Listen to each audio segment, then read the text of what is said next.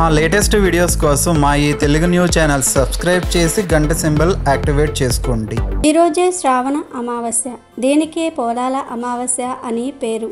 ఇది శనివారంతో కలిసి వచ్చింది కనుక దీనినే శని అమావాస్య అని కూడా అంటారు. ఈ అమావాస్య అంటే లక్ష్మీదేవికి మరియు శనిదేవుడికి ఇద్దరికీ ఎంతో ప్రీతి. ఈ అమావాస్యతో శ్రావణ మాసం పూర్తయిపోతుంది. రేపటి నుండి భాద్రపద మాసం స్టార్ట్ అవుతుంది కనుక ఈరోజు ఏం చేసినా చేయకపోయినా రాత్రి 12 లోపు లక్ష్మీదేవి కొన్నిసార్లు మనకు నేరుగా ధనాన్ని ఇవ్వకుండా ధనాన్ని సంపాదించుకోవడానికి అవసరమైన జ్ఞానాన్ని ఇస్తుందని తెలిపే ఈ పవిత్ర కథను వింటే చాలు శ్రావణ మాసమంతా పూజలు చేసిన ఫలితం వస్తుంది. మీకు ఉండే సమస్యలు పోతాయి, అష్టైశ్వర్యాలు సిద్ధిస్తాయి, వద్దన్న ధనం వస్తుంది. ఇక మీకు అన్ని శుభాలే జరుగుతాయి. ఈ కథను సగంలో ఆపేస్తే ఎటువంటి ఫలితం రాదు కనుక తప్పనిసరిగా చివరి వరకు వినండి. ఫ్రెండ్స్, కథ వినే ముందు కామెంట్ బాక్స్లో ఓం శ్రీ మహాలక్ష్మియే నమః అని, ఓం శ్రీ శనిదేవాయ నమః అని కామెంట్ చేయండి. అలాగే ఈ వీడియోకి ఒక లైక్ కొట్టండి. రత్నగిరి అనే ఒక అందమైన గ్రామం ఉండేది. ఆ గ్రామంలో ఆనంద్, శాంతి అనే దంపతులు నివసించేవారు. ఆనంద్ ఒక నిపుణుడైన వడ్రంగి. అతని చేతిలో పడితే ప్రాణం లేని కర్ర కూడా అద్భుతమైన శిల్పంగా మారిపోయేది. కానీ అతని నైపుణ్యానికి తగిన గుర్తింపు కానీ ఆదాయం కానీ లభించేది కాదు. శాంతి ఎంతో గుణవంతురాలు, భర్తకు చేదోడు వాదోడుగా ఉండేది.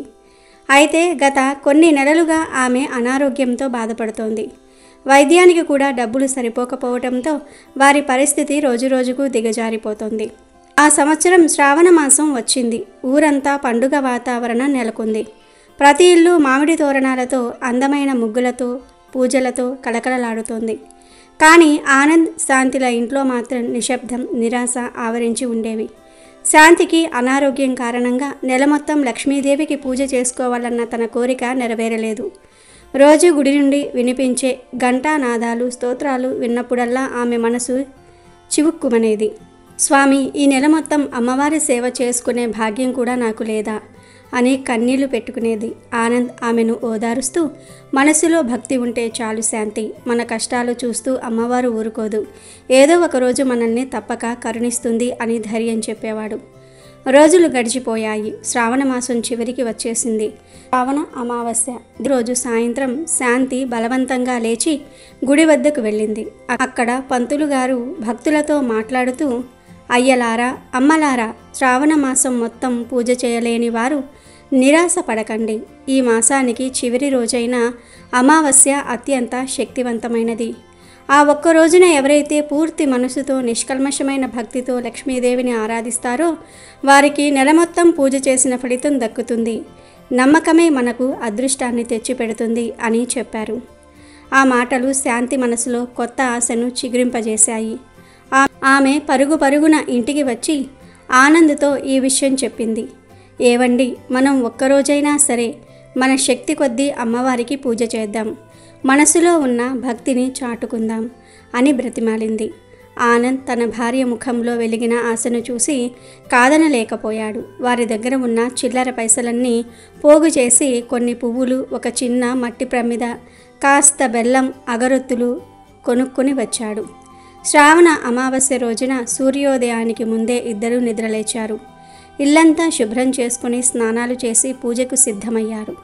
శాంతి తన బలహీనతను కూడా లెక్క చేయకుండా ఎంతో ఉత్సాహంగా పూజా మందిరాన్ని అలంకరించింది. వారి దగ్గర విలువైన వస్తువులు లేవు, కానీ వారి మనసు నిండా భక్తి ఉంది. ఆనంద్, శాంతి ఇద్దరూ కలిసి ఆ మట్టి ప్రమిదలో దీపం వెలిగించారు. అమ్మవారికి పువ్వులు, బెల్లం నైవేద్యంగా సమర్పించి కళ్ళు మూసుకుని ప్రార్థించటం మొదలుపెట్టారు. వారు ధనాన్ని, బంగారాన్ని కోరుకోలేదు. అమ్మ, మమ్మల్ని ఈ కష్టాల నుండి గట్టెక్కించు తల్లి, నా భార్యకు ఆరోగ్యాన్ని ప్రసాదించు, మేము గౌరవంగా బ్రతకడానికి ఒక మార్గం చూపించు అని ఆనంద్ మనస్ఫూర్తిగా వేడుకున్నాడు. వారిద్దరి కళ్ళ నుండి ధారగా కన్నీళ్లు కారుతున్నాయి. ఆ కన్నీరే వారి భక్తికి అభిషేకం చేశాయి.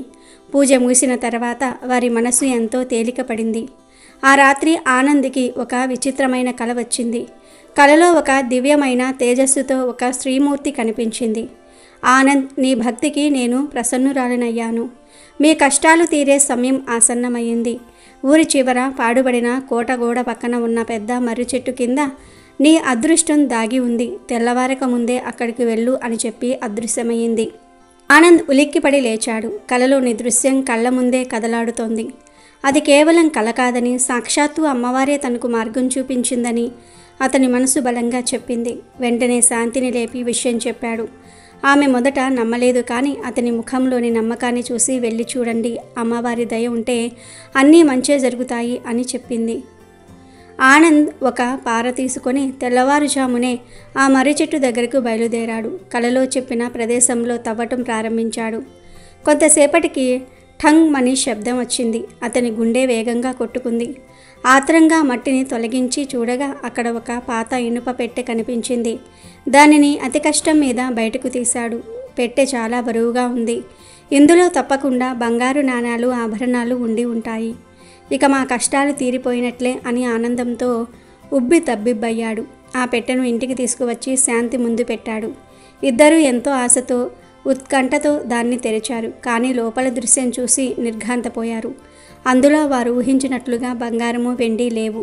దాని నిండా కొన్ని పాత తాళపత్ర గ్రంథాలు, కొన్ని తుప్పు పట్టిన పురాతన వడ్రంగి పనిముట్లు ఉన్నాయి. అంతే, ఆనంద్ ఆశలన్నీ అడియాసలయ్యాయి. అతని ముఖం వాడిపోయింది. ఇదేనా అమ్మవారు చూపిన అదృష్టం? ఈ పాత కాగితాలతో, పనికిరాని పనిముట్లతో మా ఆకలి ఎలా తీరుతుంది అని తీవ్ర నిరాశతో ఆ పెట్టెను ఒక మూలకు విసిరికొట్టాడు. శాంతి కూడా బాధపడిన భర్తకు ధైర్యం చెప్పింది. కొన్ని రోజులు గడిచాయి. వారి జీవితంలో ఏ మార్పు రాలేదు. ఆనంద్ మరింత నిరాశలోనికి జారుకున్నాడు. ఒకరోజు రాత్రి ఆ పెట్టె దగ్గరికి వెళ్ళి ఆ తాళపత్ర గ్రంథాలను బయటికి తీసి దుమ్ము దులిపి, ఏదో ఉంది కాబట్టే అమ్మవారు మనకు దీన్ని ఇచ్చి ఉంటుంది, ఒక్కసారి వీటిని మన పంతులు గారికి చూపిద్దాం అని పట్టుబట్టింది. ఆనంద్ అయిష్టంగానే ఒప్పుకుని ఆ గ్రంథాలను తీసుకుని పంతులు గారి దగ్గరికి వెళ్ళాడు. పంతులు గారు ఆ తాళపత్ర గ్రంథాలను చూడగానే ఆయన కళ్ళు ఆశ్చర్యంతో పెద్దవయ్యాయి. వాటిని జాగ్రత్తగా పరిశీలించి, ఆనంద్, నీవు సామాన్యుడివి కాదు, మహా అదృష్టవంతుడివి. ఇది నిధి కంటే విలువైనది. ఇవి సామాన్యమైన గ్రంథాలు కావు. మన పూర్వపు రాజుల కాలంలో వాడిన అత్యంత రహస్యమైన, అద్భుతమైన వాస్తు శిల్ప వడ్రంగి కళకు సంబంధించిన గ్రంథాలు. ఈ కాలంలో ఎవరికీ తెలియని ఎన్నో అపురూపమైన చెక్కడాల రహస్యాలు ఇందులో ఉన్నాయి. ఈ పనిముట్లు కూడా ఆ కాలానివే. వీటి విలువ కట్టలేము అని చెప్పారు. అప్పుడే పంతులు గారికి ఒక విషయం గుర్తొచ్చింది. మన రాజధానిలోని పాలకుడు తన పూర్వీకులు కట్టించిన రాజమహల్లోని చెక్క మందిరాన్ని పునరుద్ధరించాలని ఎంతో కాలంగా ప్రయత్నిస్తున్నాడు.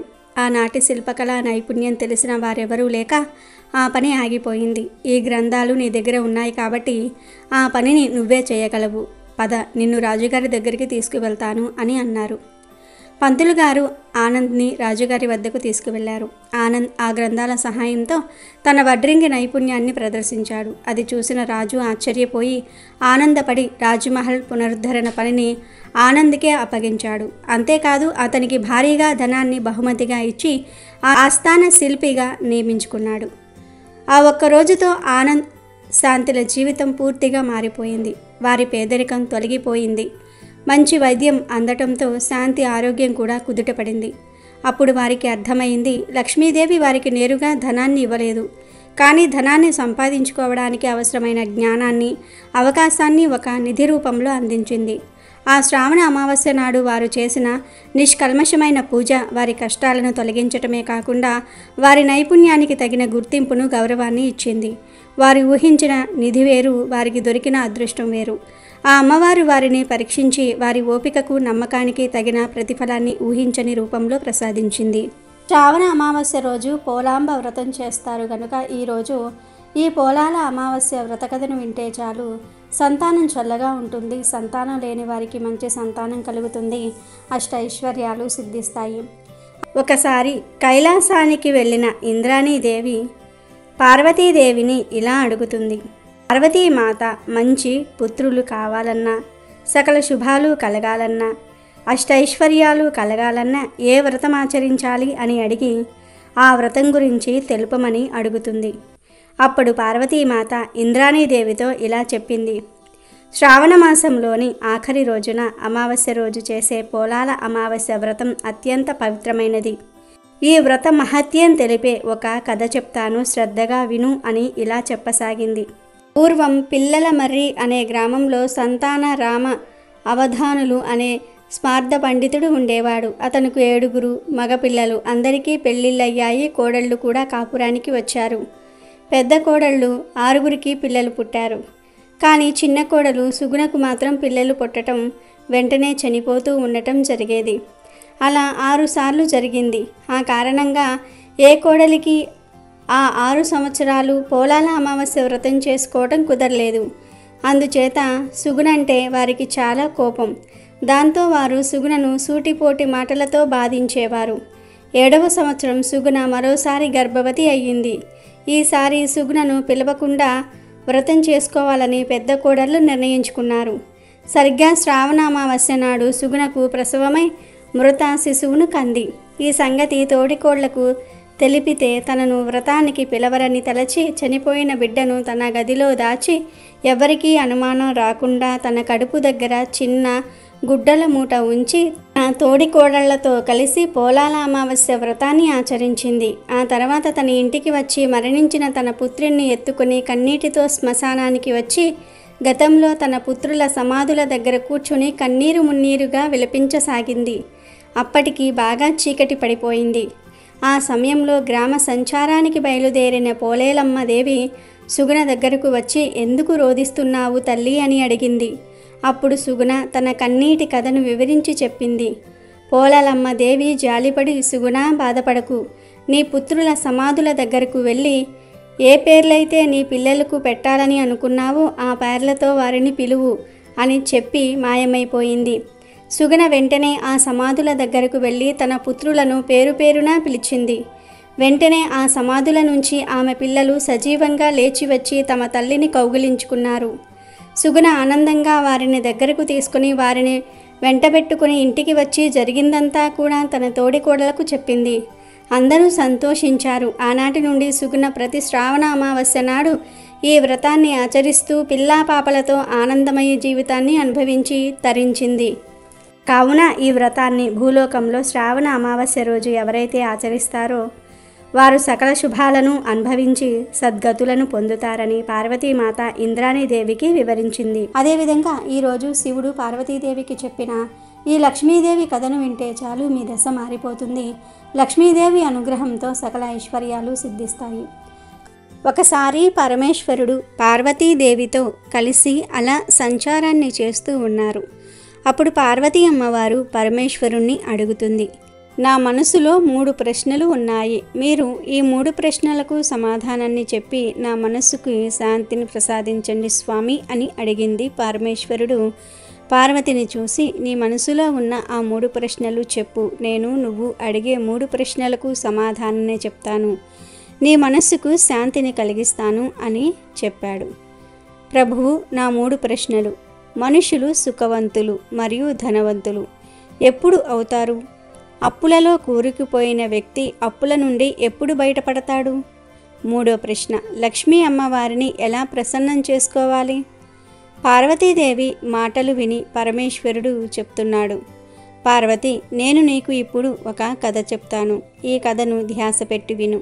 ఈ కథను విన్న తర్వాత నువ్వు అడిగిన 3 ప్రశ్నలకు సమాధానం నీకు లభిస్తుంది. నీ మనస్సుకు వెంటనే శాంతి కూడా లభిస్తుంది అని చెప్పి పరమేశ్వరుడు కథ చెప్పటం ప్రారంభించాడు.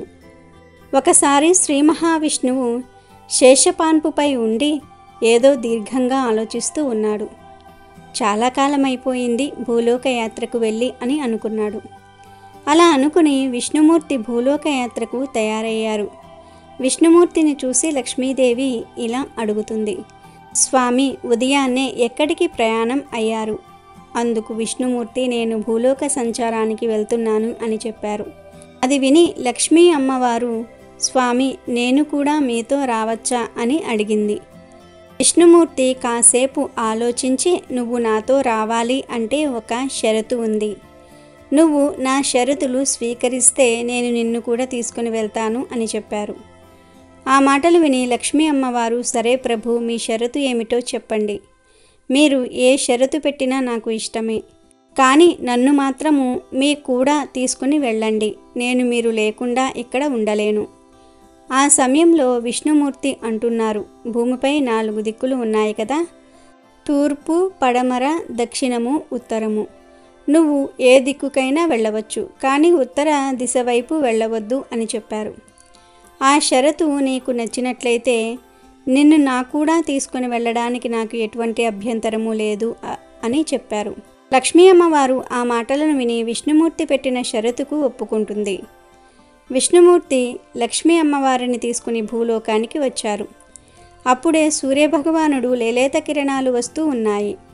భూమి మీదకి 4 దిక్కుల్లో కూడా పచ్చదనంతో చాలా ఆహ్లాదంగా ఉంది. లక్ష్మీదేవి భూలోకంలో ఆ అందాన్ని చూసి పరవశించిపోయింది. 4 దిక్కులు కూడా అలానే చూస్తూ ఉండిపోయింది. విష్ణుమూర్తి ముందే చెప్పారు కదా, నువ్వు తూర్పు, పడమర, దక్షిణం వైపుకు వెళ్ళవచ్చు, కానీ ఉత్తరం వైపు వెళ్ళవద్దని. కానీ భూలోకానికి రాగానే లక్ష్మీదేవి విష్ణుమూర్తికి ఇచ్చిన మాటను మర్చిపోయింది. ఉత్తరం వైపు నుంచి వచ్చే పూల సువాసన లక్ష్మీదేవిని ఆ వైపుకు ఆకర్షించింది. లక్ష్మీదేవి ఉత్తరం వైపు ఉన్న తోటలోనికి వెళ్ళింది. మంచిగా సువాసన వచ్చే ఒక పువ్వును ఆమె కోసింది. లక్ష్మీదేవి అందమైన సువాసన కలిగిన పూలను కోసుకొని ఆమె చేతిలో పట్టుకుని విష్ణుమూర్తి వద్దకు వచ్చింది. విష్ణుమూర్తి ఆ పువ్వులను చూడగానే ఆయన కళ్ళల్లో నుంచి నీళ్లు రావటం మొదలయ్యాయి. లక్ష్మీదేవి స్వామి కళ్ళల్లో నుంచి నీరు రావటం చూసి స్వామి ఏమయ్యింది అని అడుగుతుంది.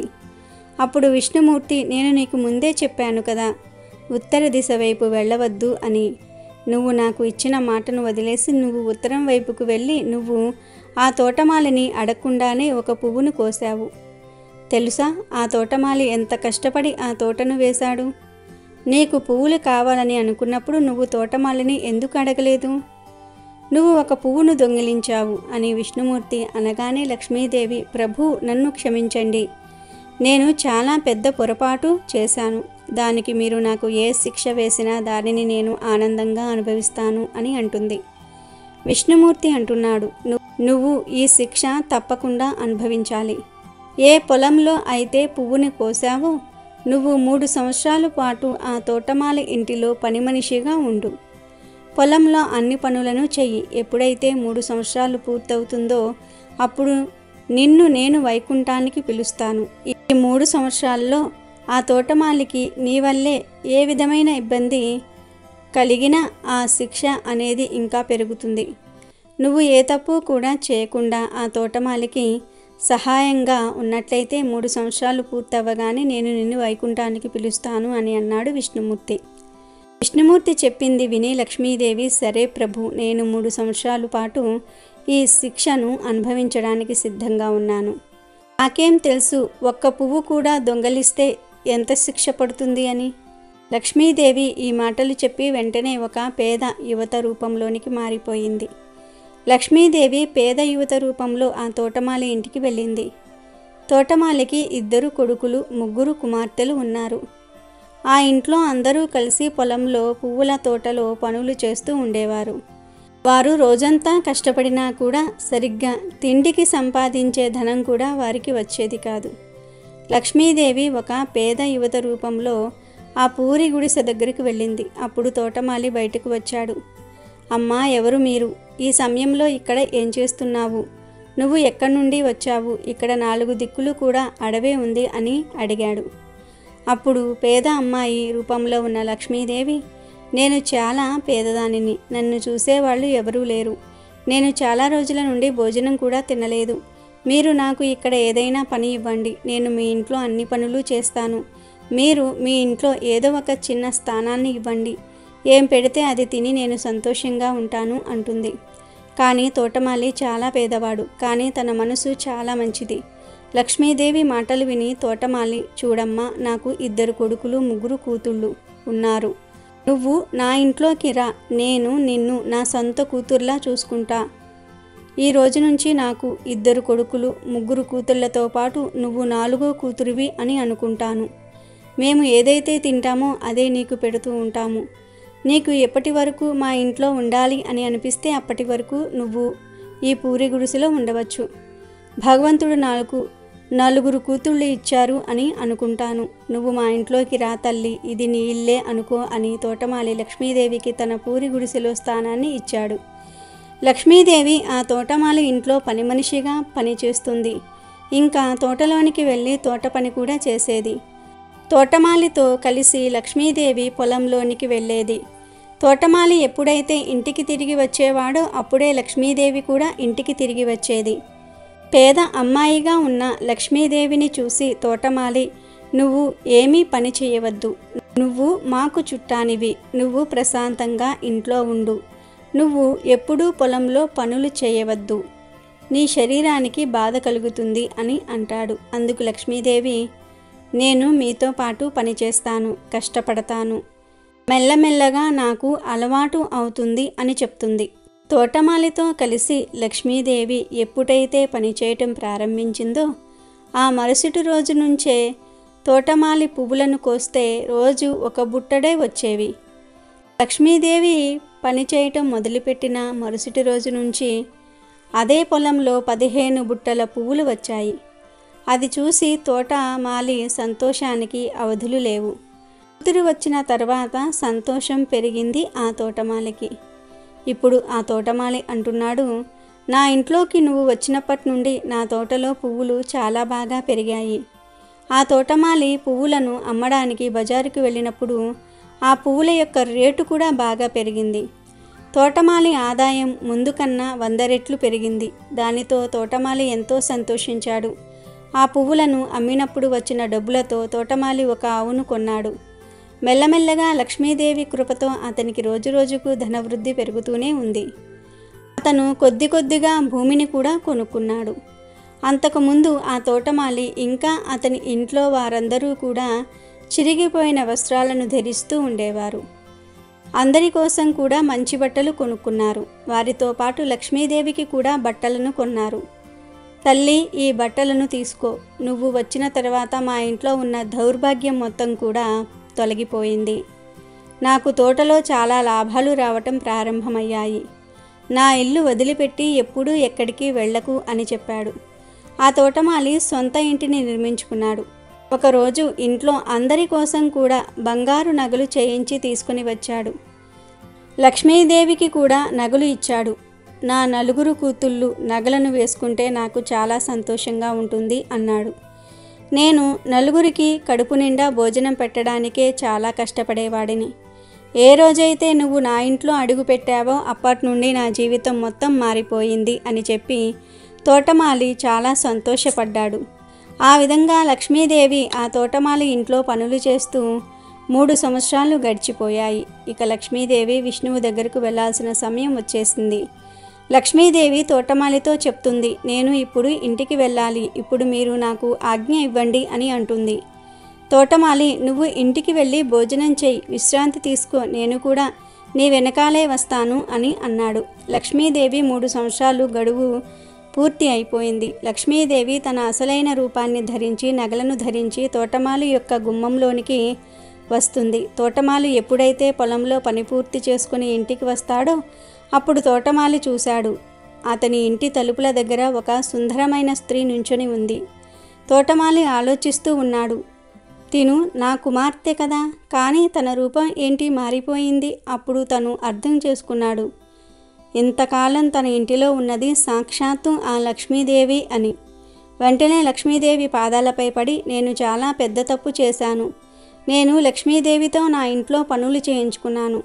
తోటమాలి యొక్క ఇంట్లో వారందరూ కూడా గుమ్మం దగ్గరికి వచ్చేసరికి దేవి స్వరూపంలో ఉన్న నగలు ధరించిన లక్ష్మీదేవిని చూసి లక్ష్మీదేవి పాదాలపై పడి క్షమించమని అడుగుతున్నారు. అమ్మా, నన్ను క్షమించు, నాకు తెలియక నీతో ఇంట్లో పనులను చేయించాను, పొలంలో పనులను చేయించాను అని అంటాడు. తోటమాలి మాటలు విని లక్ష్మీదేవి చిరునవ్వు నవ్వి ఇలా అంటుంది, మీరు ఏమీ చింతించకండి, నేను మీ పొలం నుండి ఒక పువ్వును కోశాను.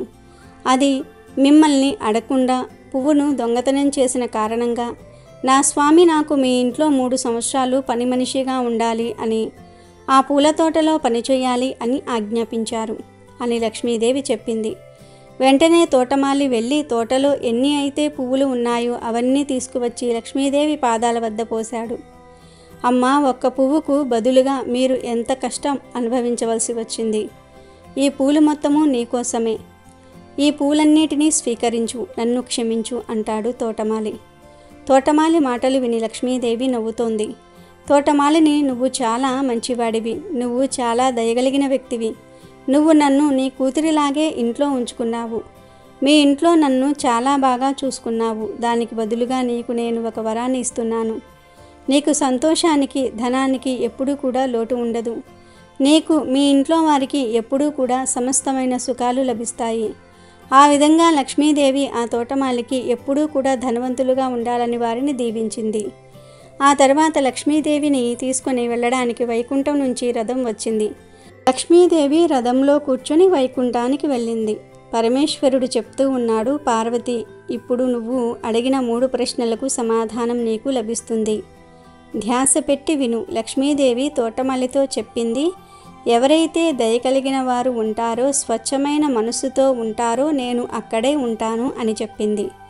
ప్రతి ఒక్కరూ ఒకరికి ఒకరు ఎప్పుడూ కూడా సహాయం చేసుకుంటూ ఉండాలని, ఎంత పేదవాడినైనా అవమానించకూడదని లక్ష్మీదేవి అంటుంది.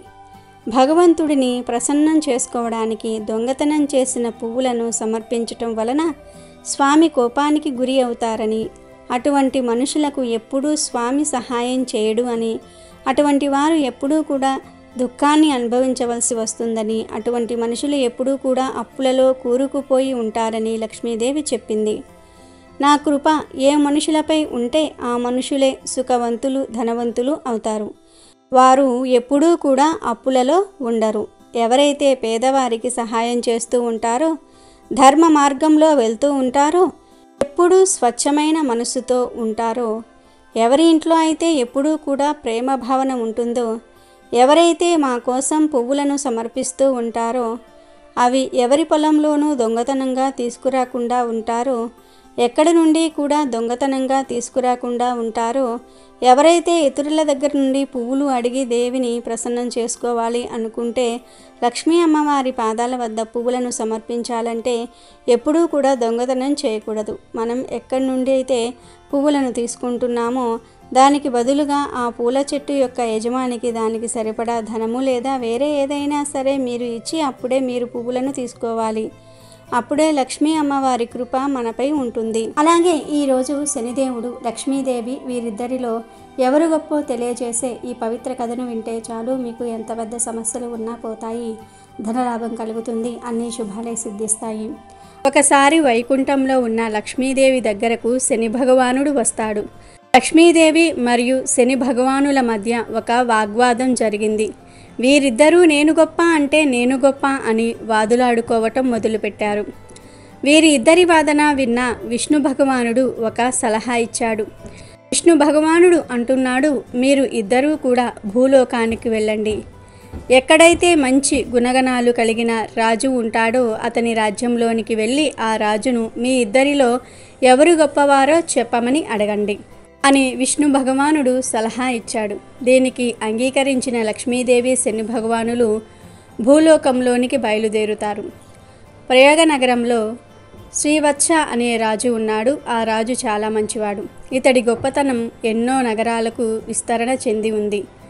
లక్ష్మీదేవి మరియు శని భగవానుడు రాజసభలో ఉన్న శ్రీవత్స దగ్గరకు వచ్చి, మా ఇద్దరిలో ఎవరు గొప్ప అనే విషయం మేము తెలుసుకోలేకపోతూ ఉన్నాము. నువ్వు గొప్ప రాజువి కదా, మా ఇద్దరిలో ఎవరు గొప్ప అనే విషయాన్ని నువ్వు తేల్చి చెప్పు అని అన్నారు. లక్ష్మీదేవి, శనిదేవుని మాటలు విన్న రాజు కొంచెం కంగారు పడ్డాడు. ఇప్పుడు నేను వీరి ఇద్దరిలో ఎవరు గొప్ప అని చెప్పను? శనిదేవుడు గొప్ప అని చెప్తే లక్ష్మీదేవికి కోపం వస్తుంది. లక్ష్మీదేవి గొప్ప అని చెప్తే శని భగవానుడికి కోపం వస్తుంది. లక్ష్మీదేవికి కోపం వస్తే నా రాజ్యంలోని సంపదలన్నీ పోతాయి. శని భగవానుడికి కోపం వస్తే నా రాజ్యాన్ని అష్టకష్టాల పాలు చేస్తాడు. రాజు ఆలోచించటం చూసిన లక్ష్మీదేవి, శని భగవానుడు ఇలా అంటారు, మేమిద్దరం ఒక వారం తర్వాత మళ్ళీ నీ దగ్గరకు వస్తాము. అప్పటికి నువ్వు ఆలోచించుకొని మా ఇద్దరిలో ఎవరు గొప్పవారో చెప్పు అంటారు. లక్ష్మీదేవి, శని భగవానుడు ఆ రాజు దగ్గర నుండి వెళ్ళిపోతారు. రాజు ఎవరు గొప్ప అని చెప్పాలి అని ఆలోచిస్తూ ఉన్నాడు. ఈ ఆలోచనతో రాజుకు తిండిపై, నిద్రపై ఆసక్తి తగ్గిపోయింది. అలా 4 రోజులు గడిచాయి. ఇంకా 3 రోజులే ఉన్నాయి. నేను ఏం చెయ్యాలి అని ఆలోచిస్తూ ఉన్నాడు. రాజు చింతగా ఉండటం చూసిన రాణి, ఏమయ్యింది? మీరు ఎందుకని కొద్ది రోజుల నుండి చాలా ఆందోళనగా ఉంటున్నారు? ఏమైనా సమస్య వచ్చిందా లేదా మన నగరానికి ఏదైనా సమస్య రాబోతూ ఉందా అని అడిగింది. రాణి అడిగిన ప్రశ్నలకు రాజు, నేను ఒక సమస్యలో ఇరుక్కున్నాను. 4 రోజుల క్రితం నేను రాజ్యసభలో ఉండగా లక్ష్మీదేవి శని భగవానులు వచ్చారు. వారిద్దరూ వారిలో ఎవరి గొప్ప అనే విషయాన్ని నన్ను చెప్పమన్నారు అని రాజు అన్నాడు. ఆ మాటలు విని రాణి ఇలా అడుగుతుంది, అయితే మీరు వారిద్దరిలో ఎవరు గొప్ప అని చెప్పారు. దానికి రాజు, నేను ఎవరు గొప్ప అని చెప్పలేదు ఇంకా. దానికోసం వారు నాకు 1 వారం రోజులు గడువు ఇచ్చారు. ఇప్పటికి 4 రోజులు అయిపోయాయి, కానీ నాకు సమాధానం దొరకలేదు. నేను ఎవరు గొప్ప అని చెప్పను. ఒకరు గొప్ప అని చెప్తే మరి ఒకరికి కోపం వస్తుంది. నేను ఏం చెయ్యను అని రాజు రాణితో అన్నాడు. దానికి రాణి ఇలా అంటుంది, నేను మీకు ఒక సలహా ఇస్తాను. మీరు మీ సింహాసనం కుడి పక్కన బంగారు సింహాసనం ఒకటి వేయించండి. అలాగే మీ ఎడమవైపు వెండి సింహాసనం వేయించండి. ఎప్పుడైతే లక్ష్మీదేవి శనిదేవుడు మీ వద్దకు వస్తారో వారిని కూర్చోమని చెప్పండి. వారు ఎంచుకున్న కుర్చీలు వారి స్థాయిని గొప్పతనాన్ని రుజువు చేస్తాయి అని చెప్పింది. రాణి సలహా విన్న రాజు ఆనందంతో ఉప్పొంగిపోయాడు. మరుసటి రోజు కొంతమందిని పిలిచి ఒక బంగారు సింహాసనం, ఒక వెండి సింహాసనం చేయించమని చెప్పాడు. వారం రోజులు గడిచిపోయాయి. లక్ష్మీదేవి శనిదేవుడు రాజు దగ్గరకు వచ్చారు. రాజు వారిని కూర్చోమని చెప్పగా లక్ష్మీదేవి బంగారు సింహాసనంపై, శనిదేవుడు వెండి సింహాసనంపై కూర్చున్నారు. లక్ష్మీదేవి శనిదేవుడు రాజుని, మా ఇద్దరిలో ఎవరు గొప్పవారో చెప్పు అన్నారు. దానికి రాజు, మీ ఇద్దరిలో ఎవరు గొప్పవారో మీరే స్వయంగా నిర్ణయం తీసుకున్నారు అన్నాడు. ఆ మాటలకు శని భగవానుడు ఆశ్చర్యపోయాడు. తాను దేనిపైన కూర్చున్నాడో చూసుకున్నాడు. శని భగవానుడు మనసులో ఇలా అనుకుంటున్నాడు, నేను వెండి సింహాసనంపై కూర్చున్నా, లక్ష్మీదేవి బంగారు సింహాసనంపై కూర్చుంది. వెండి కంటే బంగారం విలువైనది. వెండి కన్నా బంగారాన్ని గొప్పగా భావిస్తారు. అంటే లక్ష్మీదేవియే గొప్పదా అని ఆలోచించి వెంటనే తాను కూర్చున్న సింహాసనంపై నుంచి లేచి రాజువైపు కోపంగా చూసి బయటకు వెళ్ళిపోయాడు. శనిదేవుడు వెళ్ళటం చూసిన రాజుకు భయం వేసింది. వెంటనే లక్ష్మీదేవి ఇలా అంటుంది, నువ్వేమీ భయపడకు, నీకు తోడుగా నేనుంటాను అంటుంది. శనిదేవుడికి కోపం రావటం వల్ల శ్రీవత్స రాజ్యానికి విపరీతమైన కరువు వచ్చింది. రాజ్యంలో పంటలు పండలేదు, వానలు కురవలేదు. దానితో రాజ్యంలోని ప్రజలంతా పక్క రాజ్యానికి వెళ్ళటం మొదలుపెట్టారు. చాలా వరకు రాజ్యంలోని ప్రజలంతా రాజ్యాన్ని విడిచి వెళ్ళిపోయారు. అలా ఏడాది గడిచింది. రాజ్యంలో పరిస్థితులు ఏమీ చక్కబడలేదు. దాంతో రాజు రాణి కూడా రాజ్యం విడిచి వెళ్ళాలని నిర్ణయించుకున్నారు. రాజు రాణితో ఇలా అంటాడు, రాణి, మన దగ్గర మిగిలి ఉన్న నాణేలను మూటకట్టు, మనం ఈ రాజ్యాన్ని వదిలి వెళ్ళిపోదాము. రాజు మాటలు విన్న రాణి బాధపడింది. కొన్ని వస్త్రాలు, కొన్ని నాణేలు మూటకట్టింది. రాజ్యం నుండి ఇతర రాజ్యానికి వెళ్ళడానికి సిద్ధంగా ఉన్నారు. రాజును చూసిన శనిదేవుడు కోపంతో విపరీతమైన వానను కురిపించాడు. 4 వైపులా మబ్బులు కమ్ముకున్నాయి. చీకటి కమ్మివేసింది. 4 వైపులా మబ్బులు కమ్ముకున్నాయి. చీకటి కమ్మేసింది.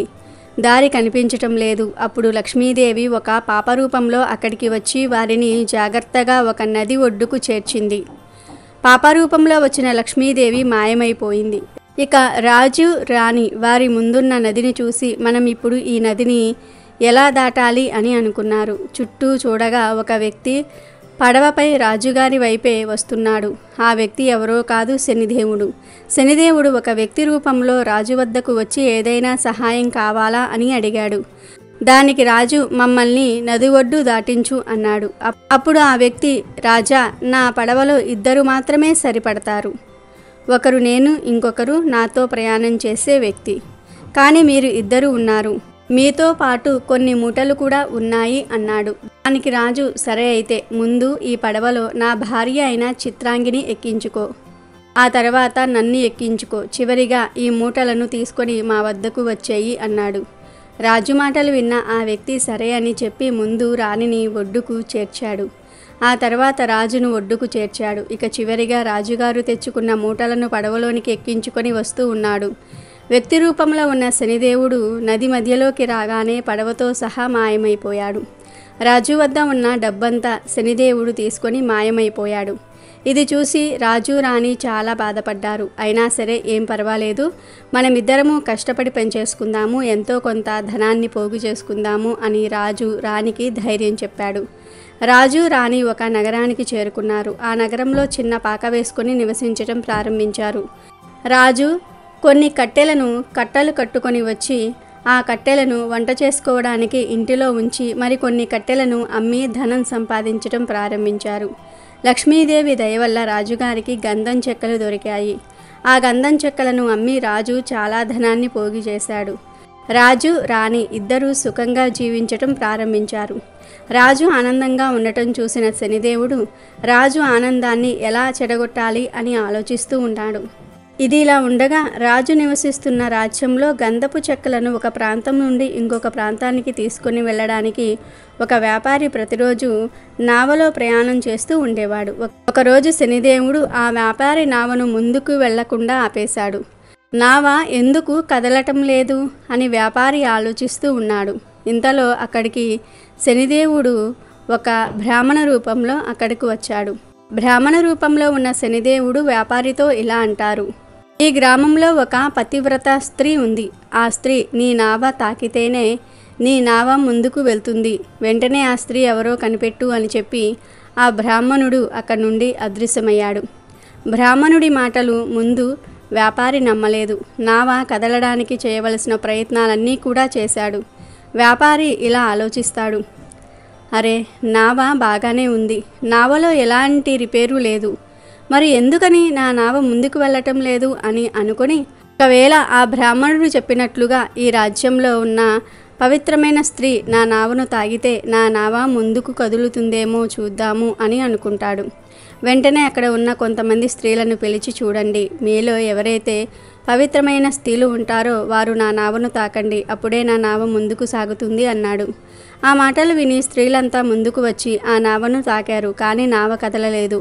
ఇంతలో ఒక స్త్రీ రాణి చిత్రాంగి ఇంటికి వచ్చి నావ విషయం చెప్తుంది. అయితే రాణి చిత్రాంగిని తాను రాను అని చెప్తుంది. నా భర్త బయటికి వెళ్ళాడు, తను వచ్చే సమయానికి నేను ఇంటిలో లేకపోతే బాధపడతారు, నా భర్తకు చెప్పకుండా నేను బయటకు ఎక్కడికి రాను అంటుంది. ఆ మాటలు విని ఆ స్త్రీ అక్కడ నుండి నావ ఉండే చోటుకు వెళ్తుంది. ఆమె కూడా ఆ నావను తాకుతుంది. కానీ నావ కదలదు. ఏంటి, ఈ రాజ్యంలో నా నావను ముందుకు నడిపే ఒక్క స్త్రీ కూడా లేదా అని బాధపడతాడు. అప్పుడు ఒక స్త్రీ ఇలా అంటుంది: ఒక స్త్రీ ఇంకా రాలేదు, తన భర్త కట్టెలు కొట్టడానికి వెళ్ళాడంట, తన భర్త చెప్తే గాని ఇల్లు కదిలి రాను అంది. వెంటనే ఆ వ్యాపారి, దయచేసి మీరు ఒక్కసారి ఆమె వద్దకు వెళ్ళి మళ్ళీ ఈ విషయం గురించి చెప్పండి, ఆలస్యమైతే నా వ్యాపారం దెబ్బతింటుంది అని అంటాడు. ఆ స్త్రీ రాణి చిత్రాంగిని దగ్గరకు వెళ్ళి, నావ దగ్గరకు నువ్వు ఒక్కదానివే రాలేదు, నువ్వు తాకితే గాని ఆ నావ కదిలేలా లేదు అంటుంది. ఆ మాటలు విన్న రాజు రాణిని, ఏంటి నువ్వు తాకితే తప్ప నావ కదలదా అన్నాడు.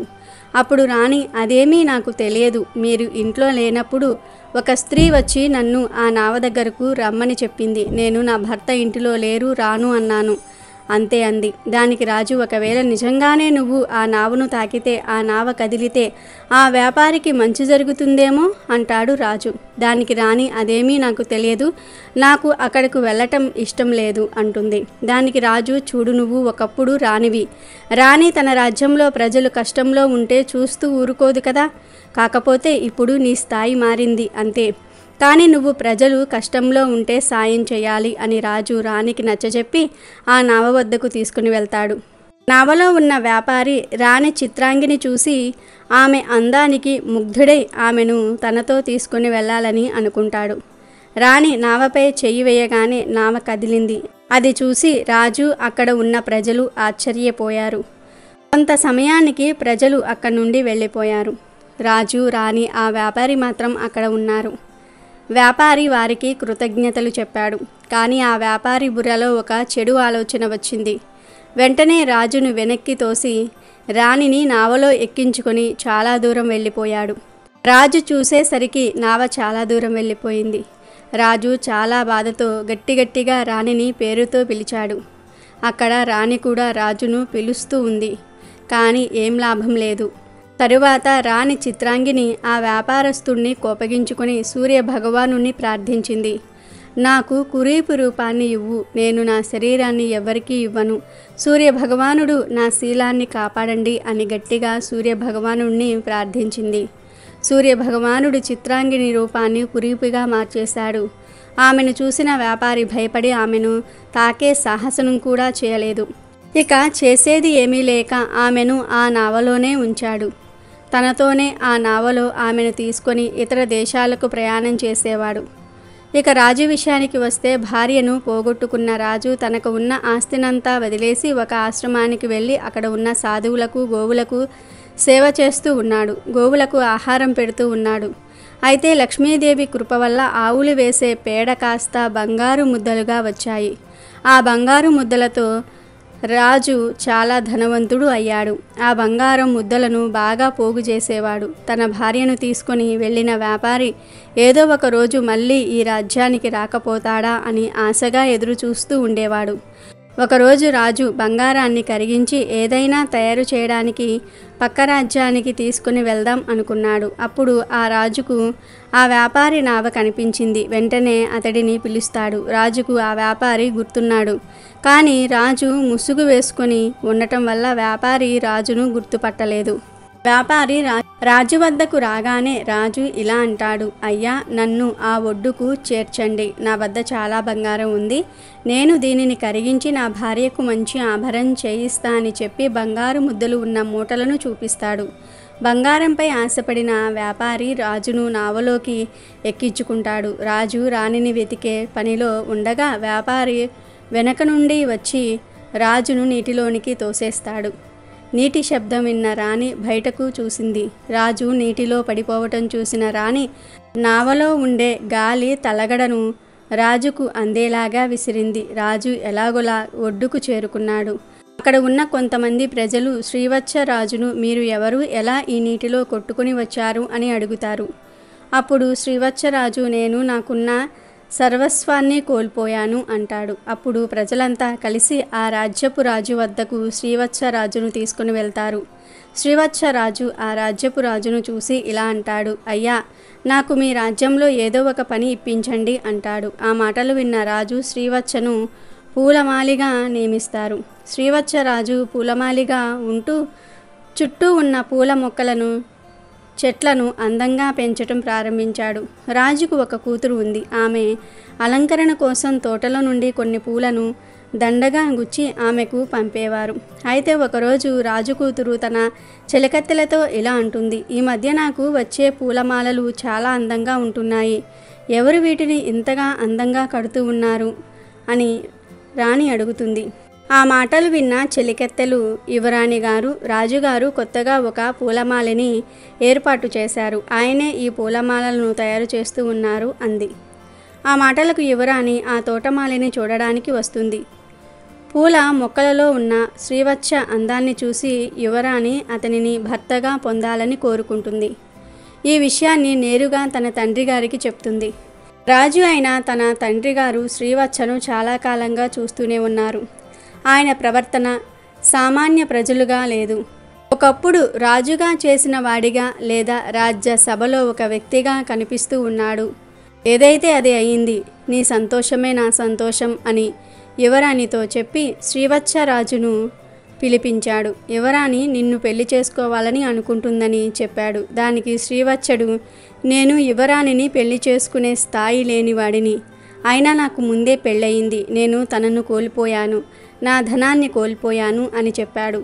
కానీ తాను ప్రయాగ నగరానికి రాజు అని చెప్పలేదు. యువరాణి శ్రీవత్స కథ విని, అయినా పర్వాలేదు, నేను మిమ్మల్నే పెళ్లి చేసుకుంటాను అని చెప్పింది. శ్రీవత్స కూడా ఒప్పుకుంటారు. యువరాణి మరియు శ్రీవత్స ఒకరోజు రాజ్యభవనం పైన ఉండగా రాజుకు నావలు కనిపించాయి. ఆ నావలను ఎవరు, ఎక్కడికి, ఎలా పంపిస్తున్నారు అని రాజు యువరాణిని అడుగుతాడు. అప్పుడు రాణి, నావలను ఇతర ప్రాంతాలకు, దేశాలకు రవాణా కోసం పంపుతాము. అక్కడ ఒక వ్యక్తి ఉంటాడు. తానే నావలో వచ్చే ప్రతి వస్తువును చూస్తూ నావ ఎక్కడికి వెళ్ళాలో చెప్తాడు. ఆ మాటలు విని రాజు నావకు సంబంధించిన పనిలో ఏదైనా పని నాకొకటి చూడమని మీ తండ్రి గారితో చెప్పు అంటాడు. ఆ మాటలకు రాణి నవ్వి, చూడండి, ఇదంతా మీ సొంతం. మీరు మీకు నచ్చింది చెయ్యండి. నావలు ఉండే ప్రదేశానికి వెళ్ళి మీకు నచ్చిన పనిని చేసుకోండి. కానీ ఒక విషయం గుర్తుపెట్టుకోండి, మీరు ఇప్పుడు నా భర్త, ఈ రాజ్యానికి యువరాజు. మిమ్మల్ని ఎవరైనా ఎదిరిస్తే వారిని క్షమించకండి. అలాగే ఇతరులకు ఆదేశాలను ఇవ్వడం మర్చిపోకండి అని చెప్తుంది. ఆ మాటలు విని సరే అని చెప్తాడు శ్రీవత్సడు. మరుసటి రోజు శ్రీవత్సడు నావలుండే ప్రదేశానికి వెళ్ళాడు. తన భార్యను మరియు బంగారాన్ని దొంగిలించిన వ్యాపారి కోసం ఎదురు చూడసాగాడు. అలా కొద్ది రోజులు అయ్యాయి. ఆ వ్యాపారి నావపై రావటం చూసిన శ్రీవత్సడు అక్కడ ఉన్న పనివాళ్లను పిలిచి ఆ వ్యాపారిని తన వద్దకు తీసుకురమ్మని చెప్పారు. వెంటనే శ్రీవత్సడు ఆ వ్యాపారిని పట్టుకుని రాజు వద్దకు తీసుకుని వెళ్ళి, అతనే నా భార్యను, నా బంగారాన్ని దొంగిలించాడు అని చెప్పాడు. కానీ వ్యాపారి అదంతా అబద్ధమని నమ్మబలికాడు. అప్పుడు శ్రీవత్సడు, తన నావలో నా బంగారు ముద్దలు ఉన్నాయి. అవి ఒకదానికి ఒకటి చిక్కుకొని ఉంటాయి. వాటిని నేను తప్ప ఎవ్వరూ తీయలేరు. రాజు వెంటనే ఆ బంగారు మూటలను తెప్పించాడు. ముందుగా వ్యాపారికి ఇచ్చి వాటిని చిక్కు తీయమన్నాడు. ఓస్, అదెంత పని అయినా ఇవి నా బంగారు ముద్దలు, నాకు తెలియదా వీటిని ఎలా తీయాలో అని పలికాడు. వ్యాపారి ఎంత ప్రయత్నించినా వాటిని తీయలేకపోయాడు. తర్వాత రాజు శ్రీవత్సడుడికి బంగారాన్ని ఇవ్వమన్నాడు. శ్రీవత్సడు క్షణాల్లో ఆ బంగారాన్ని విడివిడిగా చేసి చూపించాడు. రాజు ఆ వ్యాపారిని జైల్లో వేయించాడు. అలాగే అతని నావలో ఇంకా ఏమేమి ఉన్నాయో చూసి వాటిని బయటకు తీసి నావను ఇతరులకు అప్పగించండి అని చెప్పాడు. రాజ్యసభలో ఉన్న కొందరు ఆ నావను బాగా తనిఖీ చేశారు. రాజ్యసభలోకి కురీపు రూపంలో ఉన్న చిత్రాంగిని తీసుకుని వచ్చారు. శ్రీవత్సడు ఆమెను చూసి, ఈమె నా భార్య చిత్రాంగి. నీకు ఏమయ్యింది? నువ్వు ఎందుకు ఇలా కురీపిగా తయారు అయ్యావు అంటాడు. దానికి రాణి చిత్రాంగి, మీరు భయపడకండి. ఆ వ్యాపారి నన్ను ఏమీ చేయలేడు. నేను సూర్యభగవానుని ప్రార్థించి నా పవిత్రతను కాపాడుకొని నాకు కురీపి రూపాన్ని ఇవ్వమని అడిగాను. నేను మళ్ళీ మామూలుగా మారిపోగలను అని చెప్పి మళ్ళీ సూర్యభగవానుని ప్రార్థించింది. రాణి చిత్రాంగి మునపటి కంటే ఇంకా అందంగా మారింది. రాజు చాలా సంతోషించాడు. యువరాణి వంక చూశాడు. నువ్వేమీ బాధపడకు, నేను ప్రయాగ నగరానికి రాజును. కొన్ని కారణాల వల్ల నేను నా రాజ్యాన్ని కోల్పోయాను. నేను నా మొదటి భార్యను ఎలా అయితే ప్రేమిస్తూ ఉన్నానో నిన్ను అలాగే ప్రేమిస్తాను అంటాడు. రాజు శ్రీవత్సలుడు మాటలు విని, నేను చాలా మంచి అల్లుడిని పొందాను. నాకు చాలా గర్వంగా ఉంది. ఇక నుండి నాకు ఒక కూతురు కాదు, 2 కూతుళ్ళు. చిత్రాంగిని కూడా నా కూతురే. నేను నీకు కొంత ధనాన్ని ఇస్తున్నాను. తిరిగి నీ రాజ్యాన్ని నువ్వు పొందుకో అంటాడు. శ్రీవత్సలుడు తన రాజ్యాన్ని సరిచేసుకొని ఒక మంచి ముహూర్తం చూసుకొని 2 రాణులతో కలిసి శ్రీవత్సలుడి రాజ్యంలో అడుగుపెట్టి సింహాసనాన్ని అధిష్టానం చేశాడు. కొన్ని రోజుల తర్వాత రాజు వద్దకు లక్ష్మీదేవి, శనిదేవుడు వచ్చి ఇలా అంటారు. మేము 2 కావాలనే నీ నీతి ధర్మాలను పరీక్షించాము. మా మధ్య ఎటువంటి వాదన జరగలేదు. శనిదేవుడు రాజుతో ఇలా అంటాడు. నేను నీకు ఒక విషయం చెప్తాను. వీటిని అందరూ గుర్తుపెట్టుకోవాలి. శనిదేవుడు అంటున్నాడు, ఏ మనిషి అయితే జీవితంలో ఎన్ని విపత్తులు వచ్చినా సత్యమార్గంలో నడుస్తారో వారు ఎప్పటికీ నాశనం అవ్వరు. అటువంటి వారికి దేవతలు కూడా సహాయం చేస్తారు. అలాగే ఏ మనిషి అయితే అబద్ధాలు ఆడుతారో, తన అవసరాల కోసం ఇతరులను వాడుకుంటారో, అలాంటి వారు ముందు సుఖాలను అనుభవించిన నా ప్రభావంతో కష్టాలను అనుభవించేలాగా చేస్తాను. రాజా, నీవు కష్టకాలంలో ఉన్నప్పుడు ఎవరి వద్ద చెయ్యి చాచలేదు. నీ కష్టంతో నీవు బ్రతికావు. అలాగే యువరాణిని పెళ్లి చేసుకునే సమయంలో కూడా నువ్వు అత్యాశ పడకుండా నీ నిజాయితీని నిరూపించుకున్నావు. రాజా, నీ నీతి, ధర్మము, సత్యం మార్గం వల్ల నేను చాలా సంతోషాన్ని పొందాను. కాబట్టి నా ఆశీర్వాదములు నీకు ఎల్లప్పుడూ ఉంటాయి. దీని కారణంగా మీ రాజ్యం మునుపటి కంటే సిరి సంపదలతో తులతూగుతూ ఉంటుంది. నేను చెప్పే 2 మాటలను గుర్తుపెట్టుకోండి. నా ఆశీర్వాదం ఎవరిపైన అయితే ఉంటుందో వారు కొన్ని క్షణాలలోనే ధనవంతులుగా మారిపోతారు. అలాగే నాకు ఎవరైతే కోపాన్ని కలిగిస్తారో వారిని నేను క్షణాలలోనే కటిక పేదవాడినిగా చేసేస్తాను. కాబట్టి మనుషులంతా గుర్తుపెట్టుకోండి, నా కృప మీపై ఉంటే సర్వ సంపదలు, సుఖాలు మీ సొంతమవుతాయి. నాకు ఆగ్రహాన్ని కలిగిస్తే మాత్రం మీరు ఎన్ని పూజలు చేసినా మిమ్మల్ని నా నుండి ఎవ్వరూ తప్పించలేరు. ఈ 2 విషయాలను గుర్తుపెట్టుకుంటే మీ జీవితంలో పేదరికం అనేది రానే రాదు. ఈ మాటలను చెప్పి లక్ష్మీదేవి మరియు శనిదేవుడు మాయమైపోయారు. శ్రావణ అమావాస్య అనేది లక్ష్మీదేవికి ఎంతో ఇష్టమైన అమావాస్య. ఉభయ గోదావరి జిల్లాల వాసులు ఈ అమావాస్యను పోలాల అమావాస్య అని పిలుస్తారు. ఈ అమావాస్యకు గోదావరి నది పొర్లి పొర్లి వస్తుందని నానుడి. పోలాల అమావాస్యనే పోలామా అని కూడా అంటారు.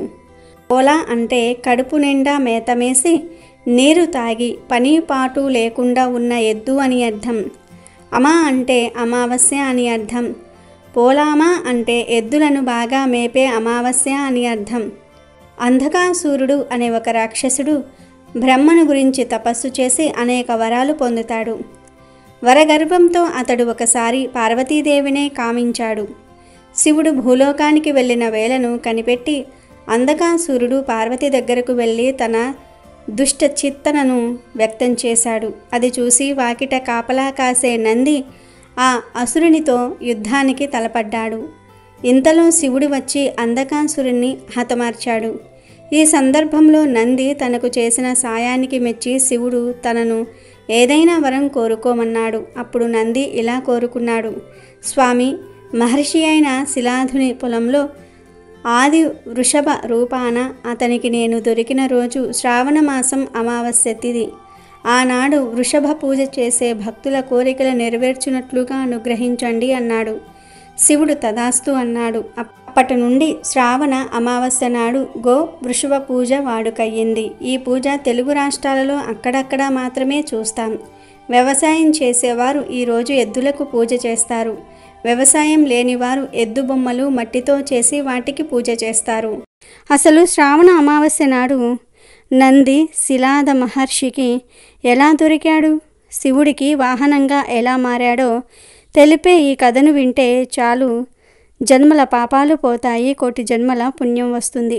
శివుడు ఈ పేరు వింటే పార్వతి, గంగా, నాగేంద్రుడు గుర్తుకు వస్తారు. అలాగే మరో పేరు కూడా ప్రముఖంగా గుర్తుకు వస్తుంది, అదే నంది. నంది శివుని వాహనం. శివుడు ఎటు వెళ్ళినా నందిని తీసుకువెళ్తాడు. ఇది మనందరికీ తెలిసిన విషయమే. అయితే అసలు నందికి కైలాసంలో శివుడితో పాటు ఉంటూ శివుడికి వాహనంలా మారే అదృష్టం ఎలా వచ్చింది? అది తెలియాలంటే ఈ కథ తెలుసుకోవాల్సిందే. పూర్వం శిలాద అనే మునీశ్వరుడు ఉండేవాడు. ఆయనకు పిల్లలు లేకపోవటంతో శివుణ్ణి తలుచుకుంటూ తపస్సు చేయటం మొదలుపెట్టాడు. శివుని భక్తిలో మునిగిపోయి శిలాద కొన్నేళ్ల పాటు తపస్సు చేస్తూనే ఉండిపోయాడు.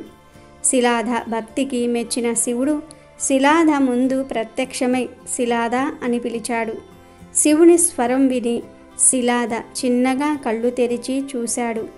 కళ్ళెదుట సాక్షాత్తు శివుడే ఉండటంతో శిలాద ఆనందానికి అవధులు లేకుండా పోయాయి. తన మాటలు ఆనంద భాష్పాల రూపంలో బయటికి వచ్చాయి.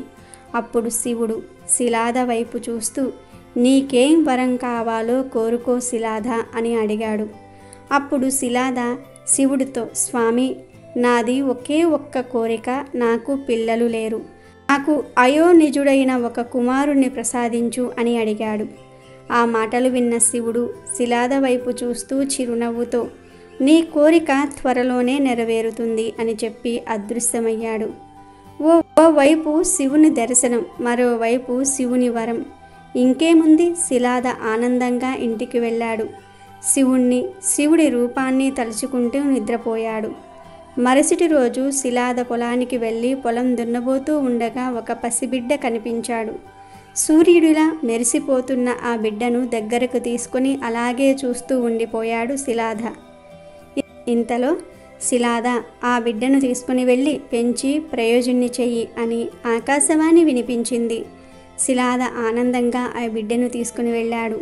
ఆ బిడ్డకు నంది అని పేరు కూడా పెట్టాడు. నంది అంటే సంతోషాన్ని కలిగించేవాడని అర్థం.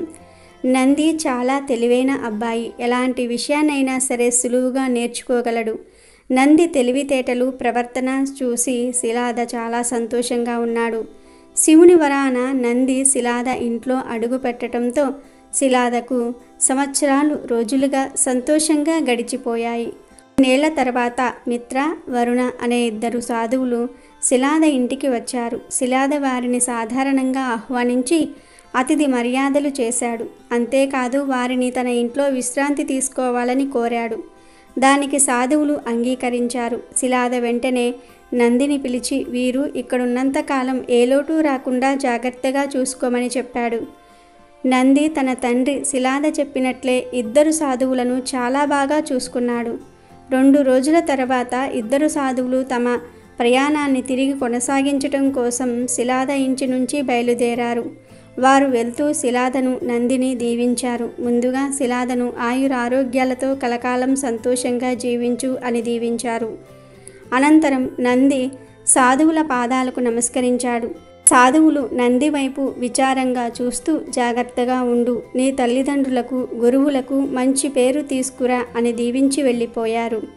నందిని దీవించే సమయంలో సాధువులు విచారంగా ఉండటం గమనించిన శిలాద వారి వెనుకే కంగారుగా పరిగెత్తుకుంటూ వెళ్ళాడు. అలా వెళ్ళి వారు ముందు నిల్చొని ఆయాసపడుతూ, మీరు నా కుమారుణ్ణి దీవించే సమయంలో విచారంగా ఉన్నారు ఎందుకు?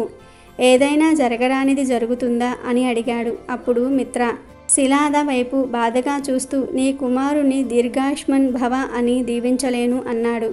ఆ మాట విని శిలాదకు ఏం అర్థం కాక నా కుమారుడికి ఏం జరగబోతుంది అని బాధగా అడిగాడు. అప్పుడు వరుణ శిలాద వైపు చూసి, నీకు ఈ విషయం చెప్పాలంటే బాధగా ఉంది, కానీ చెప్పక తప్పటం లేదు. నీ కుమారుడు పూర్ణాయుష్యుడు కాదు అని చెప్పి వెళ్ళిపోయాడు. అది విని శిలాద ముఖం ఒక్కసారిగా విషాదంగా మారిపోయింది. ఇన్ని రోజులు నందే తన ప్రపంచం అనుకున్నాడు. కానీ ఇప్పుడు ఆ నంది దూరమవుతున్నాడని తెలిసి కుప్పకూలిపోయాడు. సమయం గడుస్తుంది, కానీ తాను మాత్రం బాధతో అక్కడే ఆగిపోయాడు. కాసేపటికి అక్కడి నుంచి లేచి గుండె నిండా బాధతో అడుగులో అడుగు వేసుకుంటూ ఇంట్లోకి వెళ్ళాడు. నంది తన తండ్రి శిలాదను చూసి ఏదో జరిగిందని అర్థమై కంగారుగా ఏమైంది నాన్నగారు అని అడిగాడు. శిలాద బాధగా సాధువులు చెప్పిన విషయం గురించి చెప్పాడు. విని నంది భయపడిపోతాడేమో అనుకున్నాడు. కానీ నంది మాత్రం నవ్వుతూ, సాధువులు చెప్పింది విని భయపడుతున్నావా అని అడిగాడు. శిలాదకు ఏం అర్థం కాక ఆశ్చర్యంతో నందిని చూస్తూ ఉండిపోయాడు. అప్పుడు నంది, నాన్న, నువ్వు శివుణ్ణి చూశానని చెప్పావు. శివుణ్ణి చూసిన వారు ఇలా సాధువులు చెప్పిన దానికి భయపడరు. నిజంగా నేను మరణించాలని రాసి ఉంటే ఆ రాత శివుడు మార్చగలడు. ఆయన గొప్ప దేవుడు. ఆయన దేన్నైనా సరే చేయగలడు. మనం ఆయన్ని పూజిస్తూ ఉన్నాం. మనకు ఏదైనా జరిగితే ఆయన చూస్తూ ఊరుకుంటారా అని అడిగాడు. నంది మాటలకు శిలాద అలాగే చూస్తూ ఉండిపోయాడు. నంది, నన్ను దీవించండి నాన్న అంటూ తండ్రి పాదాలకు నమస్కరించాడు. శిలాద విజయోస్తు అని దీవించాడు. తర్వాత నంది భువన నదికి వెళ్ళి భక్తి శ్రద్ధలతో శివుణ్ణి స్మరిస్తూ తపస్సు చేయటం మొదలుపెట్టాడు. నంది భక్తికి మెచ్చిన శివుడు నంది ముందు ప్రత్యక్షమై, నంది కళ్ళు తెరిచి చూడు అన్నాడు. నంది చిన్నగా కళ్ళు తెరచి చూశాడు. తన జీవితంలో తన కళ్ళు ఎప్పుడూ కూడా చూడని అందమైన రూపాన్ని చూస్తున్నాడు. శివుని అందమైన రూపాన్ని కళ్ళతో చూసి గుండెల్లో బందీ చేసుకున్నాడు. అలా శివుణ్ణి చూస్తూ ఆయన్ని అడగడానికి ఏం లేదు, ఇక జీవితాంతం ఆయనతో ఉండిపోతే బాగుండు అని భావించాడు. అప్పుడు శివుడు నంది వైపు చూస్తూ, నంది, నీ భక్తి నన్ను ఇంత దూరం తీసుకొచ్చింది. నీకేం వరం కావాలో కోరుకో అని అడిగాడు. నంది తనకు తెలియకుండానే, స్వామి, నాకు ఎప్పటికీ మీతో ఉండిపోవాలని ఉంది అన్నాడు. శివుడు చిన్నగా నవ్వి, నేను ప్రయాణించే నా వాహనం ఎద్దు దూరమయ్యింది. నీ ముఖం ఎద్దులా మారితే నువ్వు నాతో పాటు కైలాసంలో ఉండవచ్చు. నా గణాలకు అధిపతి కూడా అవుతావు. అంతేకాదు నువ్వు ఎప్పటికీ నాకు వాహనంలా స్నేహితుడిలా ఉంటావు అని అన్నాడు. నంది ఆనంద బాష్పాలతో శివుణ్ణి చూస్తూ ఏమీ మాట్లాడక అలా ఉండిపోయాడు. ఆ తర్వాత శివుడు నందికి ఎప్పటికీ తనతో ఉండే వరాన్ని ప్రసాదించాడు.